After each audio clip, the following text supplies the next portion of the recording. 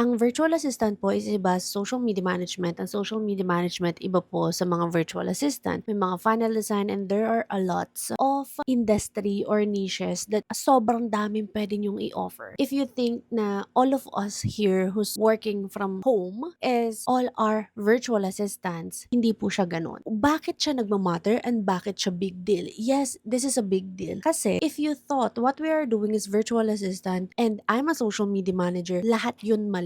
If you don't know what your job is, what your role is, hindi mo din alam kung paano mo ipoposition yung sarili mo sa mga international clients na yon. Kaya sobrang importante na alam mo dapat yung role mo at yung mga responsibilities mo. On that alone, you will know easily ano yung gusto mong i-focus aralin na skills, ano yung gusto mong i-offer na services sa mga client mo. Kaya if ever nagbabala ka maging virtual assistant, make sure that you know the difference of it to other industry and niches. But this is my tip for you na mag-umpisa ka maghanap ng industry at maghanap ng client kapag alam mo na kung ano yung skills na meron ka, na i-offer mo lang siya internationally, na parang i-hone mo lang siya. You will just know the process and offering it to international and not local. So meaning, mag-umpisa ka sa sarili mo. Ano ba yung skills na meron ka ngayon? Like literally ngayon, na i-hone mo lang at i-offer mo siya international. Ikaw ba ay magaling mag-edit ng video? You can become a video editor. Ikaw ba ay magaling mag-edit ng mga contents? You can become a content creator. Dun sa mga client international ha? Ikaw ba ay mahilig mag-social media? You can be a social media manager. Ikaw ba ay mahilig mag-assist ng mga clients or mag-organize ng things? You can be a virtual assistant. I know there's a lot of things and skills pa that you need to know on each task. Kaya yun dapat yung alamin mo and start from there para hindi ka masyadong ma-overwhelm. Pero again, yung overwhelming, it's very normal. Kahit ako, nararamdaman ko yan. 3 years na ako dito sa industry.